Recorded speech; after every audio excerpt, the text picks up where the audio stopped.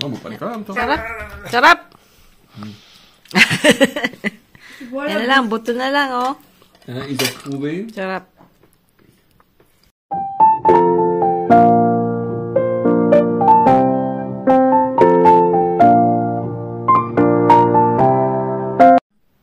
Ang lamig po sa loob ng bahay. Pagising, 16 degrees. So, I need to put our chimney. Yan. Tawag ko po yan yung mga bago pa lang pong pinay na ako dati hindi ko rin alam paano gawin ito, no? Lagi ko pong yung abo, kailangan pong yung ashes.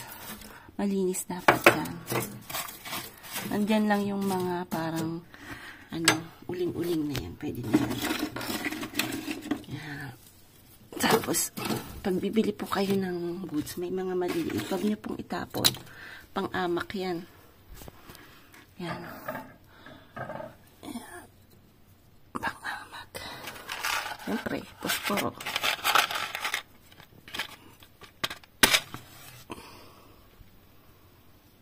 Tapos may nabibiling yung ganyan pong yan. Pang-amak po yan. Yung parang ginawa ko hinati ko para matipid. Kasi mahal din. Joke. Ayan.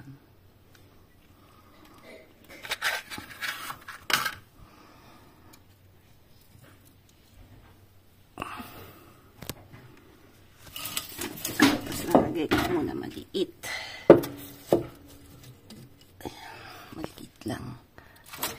Tapos to, ganyan lang yan. Malapit na. Mabilis na lang yan. Tapos, close na natin.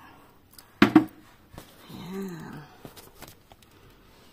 Ayan, sino kaya naglinis nito? Linis, no?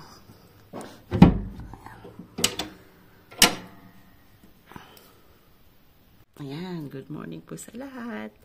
Happy Sunday. Siyempre, walang pasok. Kaya masaya.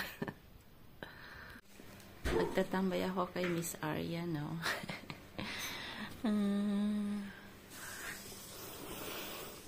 Yan na yung chimney natin. Lalamig din si Frank. Kasi, pag pagod na pagod po ako, minsan nag-snore ako. Kahit konting snore lang, minsan di siya nakakatulog. So, dito po siya natutulog sa sala. Buti na lang meron po kaming tawag nito. Yung Rapido na po. Yung Rapido po yung sofa na mabilis gawing bed. Ayan. Ala, sige na, mag-ano ka na. Parang mausok na konti. Ayan. Mag-breakfast na ako. Kainin ko yung natirang frangipane. Yan. Sarap to kasi 100% buttered. Ha? Yeah, pork chop ulit. But pork chop po, lagi ko po siyang ginaganyan. Kaya may ganito po ako, no? So, gusto ko nga dalawa yung ganito. Kaya lang, hindi po ako makahanap ng ganito sa flea market. So, ayan. Good morning po pala. Medyo, hindi po kami pumunta ng flea market kasi nahihilo po ako this morning. Parang iba yung pakaramdam ko na po. So, ewan ko kung sobrang tulog or bigla po akong bumangon. So, medyo nahilo-hilo ako ng konti. Then after, it's very cold. So, we decided to stay at home.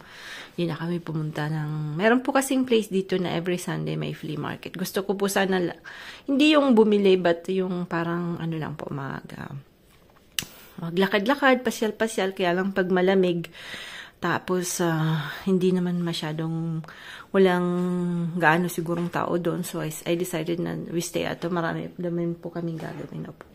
So, ayan, for menu, ano po to, spinach. Dito po sa France, may nabibiling mga frozen na vegetables, no? And this one is mixed with cream na agad. So, usually, yung dito po, they use this spinach pag nagtatart sila. Then, after, when you eat some fish, kasi maganda siyang i-partner, no po. So, because it's rich in iron, no po, so, sabi ko, baka kulang po ako ng iron. So, we're going to cook this one. Tapos, ipa-partner ko po siya sa pork chop. Yan.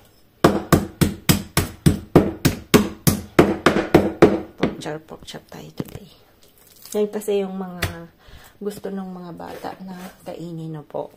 Lalo na po kung yung mga anak nyo medyo mapili na po. Kasi pag hindi nyo po yan ginanyan, matigas. Matigas po yung meat. So, it's better to do that. Sa Taiwan ko po yan nakikita, no? Yung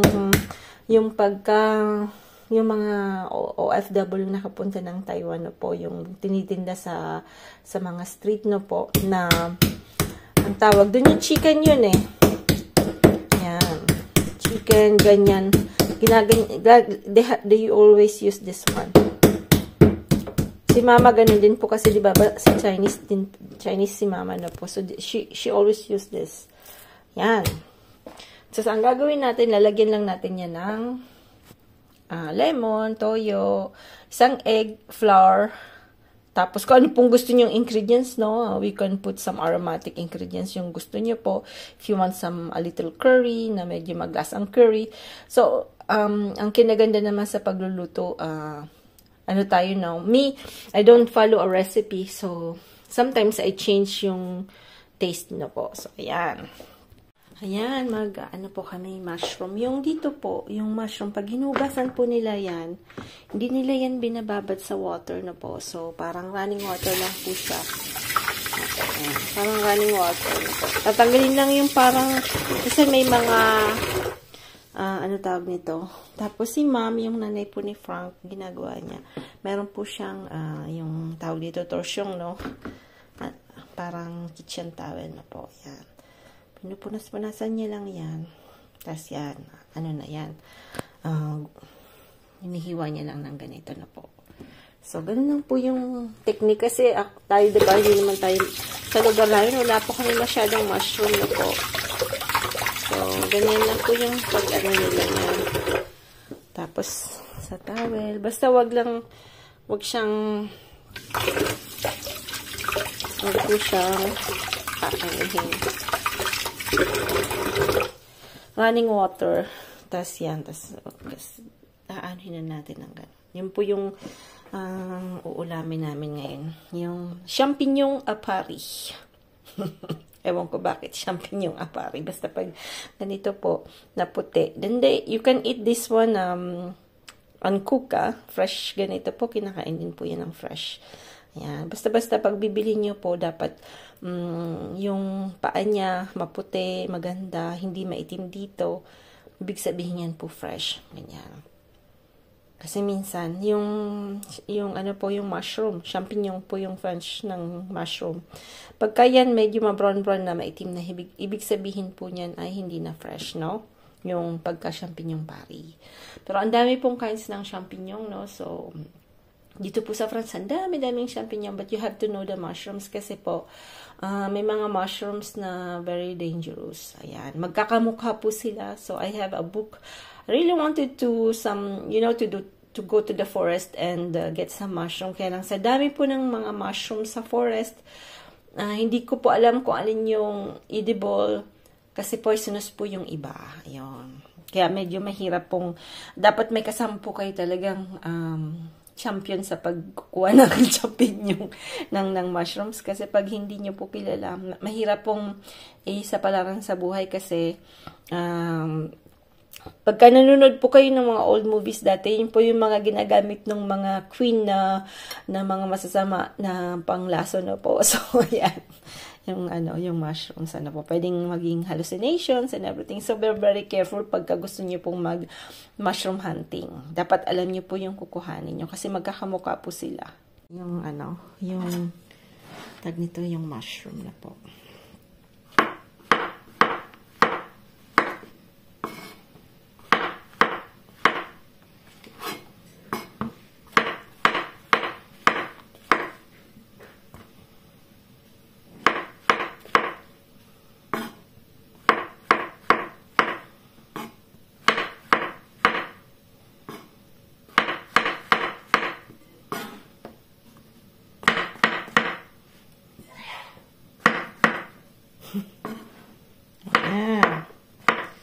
Madami-dami din po. Kaya lang ang champignon, yan po ay, tag nito, naglulupyot. I mean, nagsishrink po siya, no? So, champignon is shrink. So, ayan. So, ang gagawin po lang natin yan, iaano lang po natin yan sa konting, tag nito, sa konting butter and olive oil. Tapos, pagka malapit na po siyang maluto, papatayin nyo na po. Lalagyan nyo lang po siya ng yung ginagawa kong pong persiyad para meron po siyang konting parang this garlicky na po. So, hindi po yung lulutuin yung garlic na yun na po, yung persiyad, no? So, you put that when at the end. Pag pinatay nyo na po siya, pag luto na siya, lalagay nyo po yun. So, ayan. Ang ating menu today. Yung pork chop natin. Pero nagawa ko na po to kasi sinuko lang po kasi for today. Yun po yung ulam namin ulit. Toyo, asin, ang tawag nito, paminta, tsaka yung sibulet po, yung ano yan, onions, chives na po. So, lalagyan lang po natin yan ng konting harina na po. Konting harina, tsaka, ano po, isang itlog. Tapos, ang nakakapagpasarap sa kanya, yung ano po, yung sa ating kalamansi, pwede nyong gamitin. Dito naman po ay lemon yung ginagamit ko na po. Ayan. So, ayan. Yun lang yung pork chop niya. I-try nyo po to sa mga anak nyo pong, sa mga batang medyo mahirap pakainin na po. At I-guarantee you po na masasarapan po sila. Yan. Lagyan nyo po ng konting asin, ng garlic, yan, toyo. Tapos dapat medyo nag-absorb siya dyan, no? So, yung i-marinate nyo muna po sa ano po, sa lemon, sa toyo, asin, paminta, tsaka kung ano man aromas na gusto nyo po. Ako lalagyan ko po ng konting ginger powder na po. Konting garlic, yan. Pwede din konting onion. Basta yung i-mince nyo pong very maliliit lang. Very small. Yan. Dapat yan, ma-absorb niya po. Yan. Yung mga bata po, paborito to. Iba po yung lasa niya. Tsaka yung meat, it's soft. Parang hindi siya, yan. So, ipiprito po natin to. Yan, dapat dito po non-stick na pan, So, yan. Ako po yung non-stick na pan ko, tinatago ko kasi yung iba, inaanuhan po, ginagamitan ng kutsilyo. So, yung bago, tinatago ko po kasi si Samid sana, ginagamitan niya ng knife inside. Nakakat po yung loob, so I don't like. Ayan. Dapat medyo mainit pagkalinagay nyo na po. Tapos, dito naman sa kabila, gagawin natin yung ating mushroom. Kasi, gawin na sa oras si Manay. Alas 11 na pala. Alas 11:30 na pala. Dito naman po sa kabila, hindi pa yun mainit. Ganyan lang po pagka nanay, no? Maganda po kasi malaki naman po yung, yung lutuan. So, I can cook 2 or 3. Sometimes 4 pag maliliit yung, yung kawali. Pag mga maliliit na yan. Yan naman po yung sa ating mushroom na po. So, we put some margarine. Pwede pong margarine, pwede pong butter. Yun. Ako, gagamitan ko po siya ng margarine.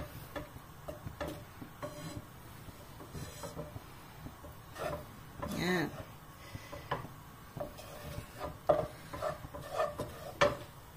Kasi yung butter po, mabilis siyang ang tawag nito, mabilis po siyang mag-burn. So, you need to put a little olive oil at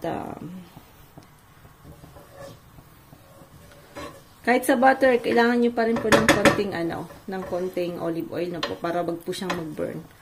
So, ayan. Pagka na ganyan na po siya, lalagay na natin yung ating champignon. Champignon, it's mushroom. Yun. Ayan. Tapos, ano lang po siya. Yung, kailangan lang po siyang bukag-bukagin, sabihin sa Bicol na po. You need to like this, mix, mix, mix. Huwag naman sobrang, yung medyo, lang. Ayan. Dilakites. Medyo, yan. Pagka yung hinahawakan mo yung asawa mo, yan. Konting karas lang, yan. Para hindi po siya masira. You cannot destroy yung ano, yan. Dito naman sa kabila, yan. Pag mainit na po, pwede na nating ilagay ito. Wag pa syadong ano, kasi matututong agad na po. So, we have to put a little fire. Yan. Hiniwa-hiwa ko rin po yan, ha. Tingnan niya po. Hiniwa-hiwa ko rin po. Yan.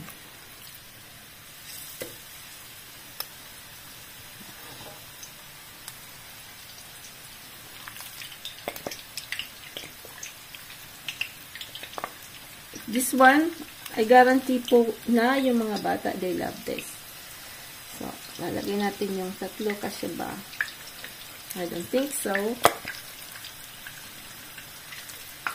Ayan. Pwede na yan. Ayan. Ano-anuhan lang sila dyan. Ayan.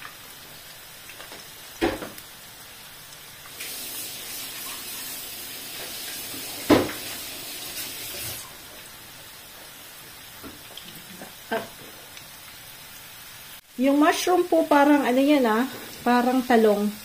Parang aubergine tawag na po. Umaano po siya. Nagsisip siya ng maraming oil na po. So, don't worry. Ano din po yan. Yung talong pagka nilagay nyo ng lahat sinisip-sip po yung oil. So, kahit konti lang po, mag-aano din po siya. Magre-reduce din po yung niyan. So, kailangan po talagang medyo yung fire is very small fire na po. Kasi baka naman matutong siya or get burned. Yan. I'm so happy kasi marami po akong new subscriptions, no? Mga subscribers na taga Bangladesh, India. I mean, so happy for you guys. And I'm trying to check all the channels na, ayan.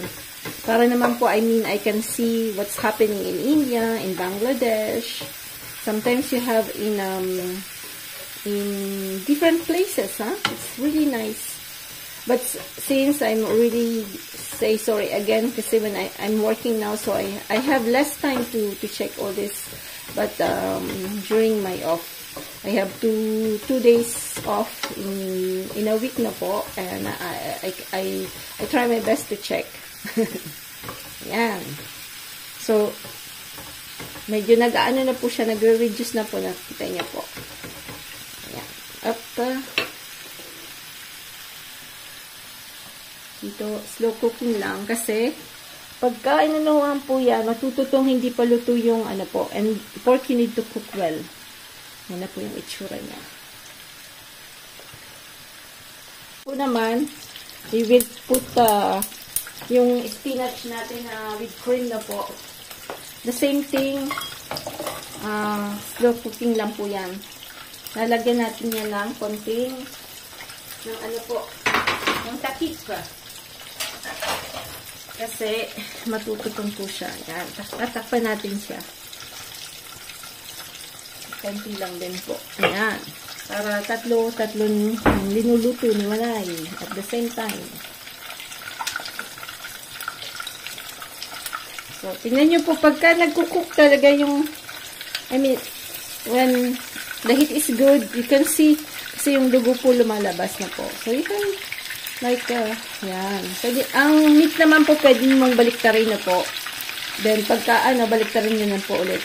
Pero, yung fish, no, dapat luto yung kabilang side bago nyo po babaliktarin. But, yung meat naman, it's okay. Yan.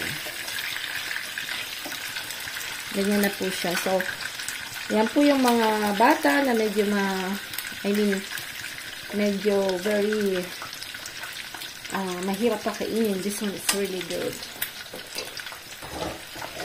Ayan. So, ating mushroom.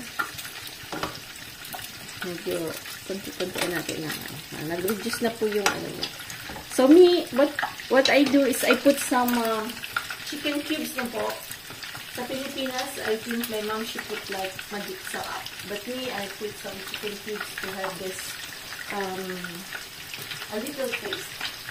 But if you don't like, that's ano naman po, facultative na po. If you don't like putting anything like that, it's okay. You just put some ano po, salt na po, salt and pepper. So some people, they don't like some animals or some meaty things inside. So it's okay na po. Yan naman po yung mga vegetarian po na po. So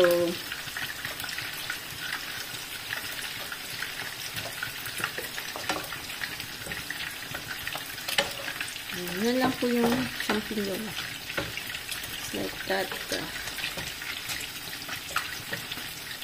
So, some, ano po, this one.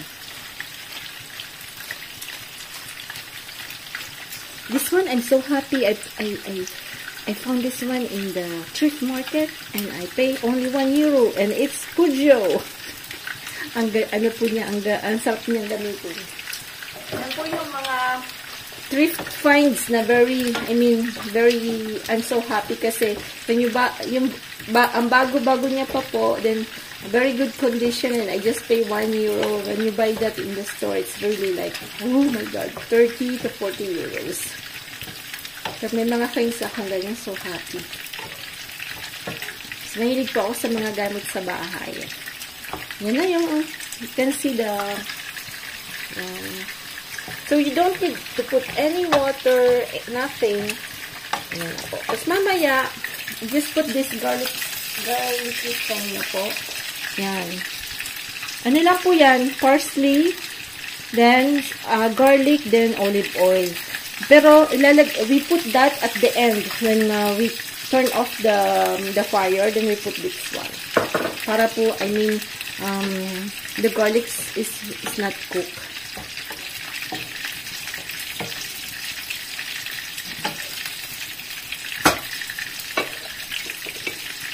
And here, check this one. No, this one not yet. Ayan.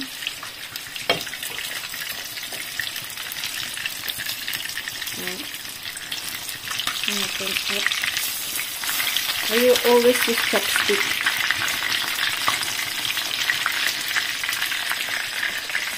Ayan. Then, atikin na naman tayo nito.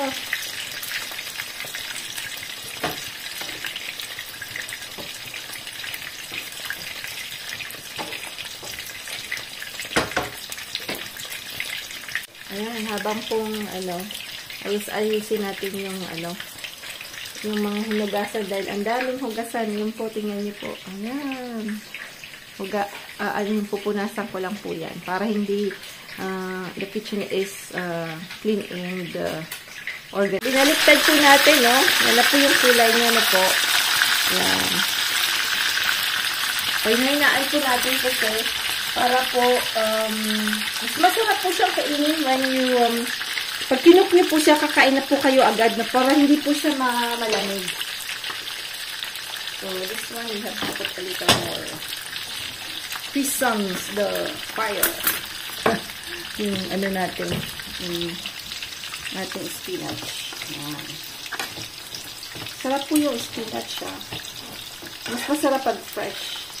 Kaya lang, pagka hindi po malapit sa store, you can always buy some frozen food. Kasi sinasabi naman po nila, yung vitamins ng frozen food is more preserved than sa mga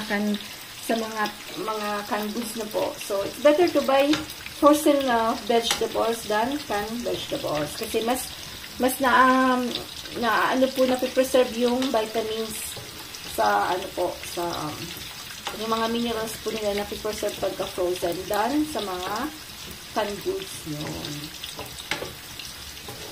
Kung wala po talaga, you were in an island, no choice na po. So, kami ganun din po, canned goods din po, Diba, pag may bagyo-bagyo sa Pilipinas, you have always have some canned goods.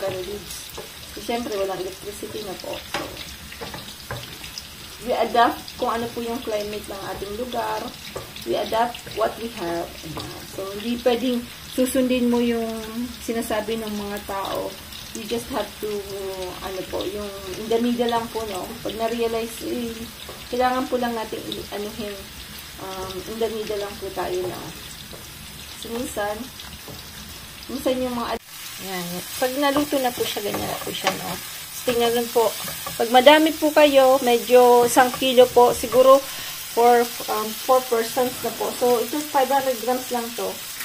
Pero pwede na rin for 4 persons yung 500 grams na po. Ganyan po siya kadami. So, papatayin ko na po yan. Then we put this. Ayan, ito po. Pag pinatay nyo na po yan, kasi para wag po siyang makukyong, para medyo yung anghang nung ano po. Ayan. So, what we do, ayan, serve ko po si Frank. Pipicturean ko po ito. Ito po yung anhin ko. Ayan.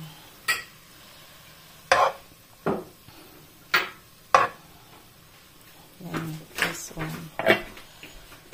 Mahulog.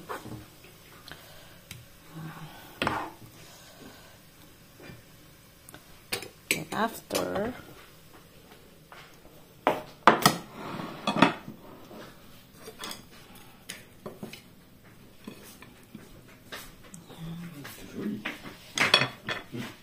yan na siya. Yan po yung kakainin ni Frank, ha? Ito, kung asawa kong mabait, I hope it's my plate. spoiled too, ah. Huh? Yes, it's yours. Spoiled? You are spoiled. No, you're spoiled. Oh, No, mo panikam to. sarap. Sarap! Yan na lang, buto na lang, oh. Izo próbuj. Sarap.